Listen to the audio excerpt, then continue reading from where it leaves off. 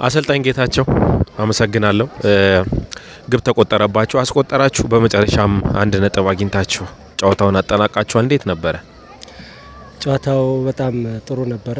ፋሲል እንደምታውቀው ሰፋ ያለ ስኳድ ከኛ የተሻለ አለው፣ ግን ሜዳ ላይ እኛ የተሻለ ነበርን። ዛሬ ከረፍት በፊትም ከረፍት በኋላ ኮምፓክት የሆኑ ስትራቴጂው ከ45 ከመጀመሪያ 45 ና ከረፍት በኋላ 45 የነበሩትን የኛ ላይኖችን ኮምፓክት አድርገን ተከላክለን በካውንተር አታክ ለመጫወት ነበር የሞከር ነው። ያንን አፕላይ አድርገናል፣ ግን የምንፈልገው 3 ነጥብ አላገኘንም። አሁን ይህንን 3 ነጥብ ለማግኘት ነው ድጋሚ ኔክስት ዊክ መስራት ያለብን ብዬ አስባለሁ። ቡድን ኳስን በመቆጣጠር ብልጫ ለመውሰድም ጥረት የሚያደርግ ቡድን ያለ ግን 3 ነጥብ ለማግኘት እጅግ እየተቸገረ ያለ ቡድን ነው። እንዴት ነው 3 ነጥብና ያንተ ቡድን? አሁን ባለፈው አስቀድመን አስቆጥረን ነበረ ግብ ያለፉት ጨዋታዎችን 2 ጨዋታዎች ወለዋሎ ጋርና እዚህ የባለፈው ጨዋታ። አሁን ግን አስቀድመን ማግባት አልቻልንም። ገብቶብን ብናገባም ያንን 3 ነጥብ ለማግኘት የተለያዩ ሙከራዎችና እድሎችን መፍጠር ችለናል። እነዚህ እድሎችንና አጋጣሚዎችን መጠቀም አልቻልንም። ተጫዋቾቻችን የሚችሉትን ያህል እያደረጉ ነው። የቀን ጉዳይ ካልሆነ እስካሁን በፐርፎርማንስ ጉዳይ ቡድናችን ጥሩ ነው ያለው። ዛሬም ጥሩ ለመንቀሳቀስ ሞክራችኋል። የተገኙ አጋጣሚዎች ነበሩ። ካጨራረስ ግን አሁንም ክፍተት አለ። ታች ለሚገኝ ቡድን እነዚህ ነገሮች የኋላ ኋላ ዋጋ ማስከፈላቸው አይቀርም። አዎ ልክ ነው። አሁን ስኮር የሚያደርግልን አጥቂ በጣም ተቸግረናል። ከአንደኛ ዙር ላይ ጀምረን ነው። አሁን ብርሃኑ ጥሩ ጎል የማግባት እድል እየፈጠረ ነው ያለው፣ እያገባ ነው። በሱ ኔክስት ሌሎችንም ወደዚህ ግብ ለማግባት አሰርተን ሰርተን 3 ነጥብ እናገኛለን ብዬ ተስፋ አድርጋለሁ። አመሰግናለሁ። አሰልጣኝ ውበቱ አመሰግናለሁ። ግብ አስቆጠራችሁ፣ መራችሁ፣ ከዛ ተቆጠረባችሁ፣ 1-1 ተጠናቀቀ። እንዴት ነበር አጠቃላይ ጨዋታ? ያው እንዳየው የግብ ማግባት ቅድሚያውን መውሰድ ችለ ነበር። ከዛ በኋላ ደግሞ ከመስመሩ የመጣ ኳስ እንደዚሁ እነሱ ማስቆጠር ችለዋል። ጨዋታው ትንሽ ውጥረት የበዛበት ጨዋታ ነው እንዳየው። እነሱም ያሉበት ስቴፕ ከዛ ለመውጣት የሚቻላቸውን ሁሉ ጥረት አድርገዋል።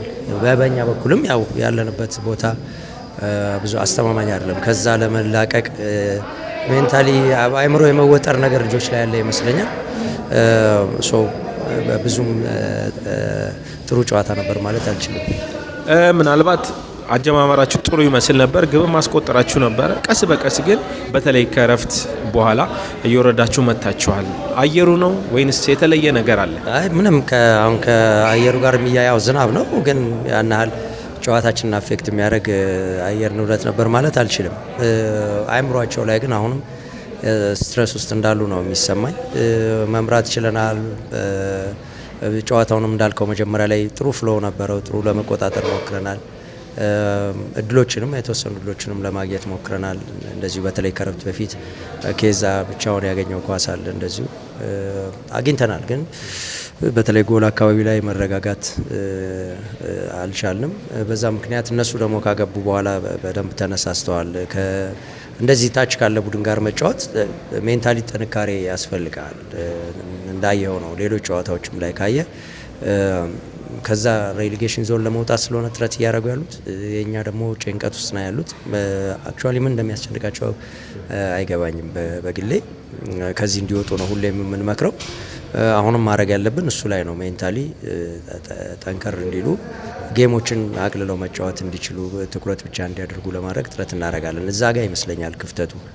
ቡድን አመቱ ሲጀመር በርከት ያሉ ተጫዋቾችን እንመለከት ነበር። በጊዜ ሂደት ግን ጉዳቶች፣ የተለያዩ ነገሮች እያስተናገደ ቡድን እየሳሳ ይመስላል እና ዛሬም አቤል እንዳለ ተጎድቷል እና ጉዳትና ፋሲል ከነማ ያ ጉዳት ያው በብዙ ቡድኖች ላይ ያጋጥማል። እኛም ላይ እንዳልከው በጉዳትም በተለያየ ግል ኬዝም ያጣናቸው ብዙ ልጆች አሉ።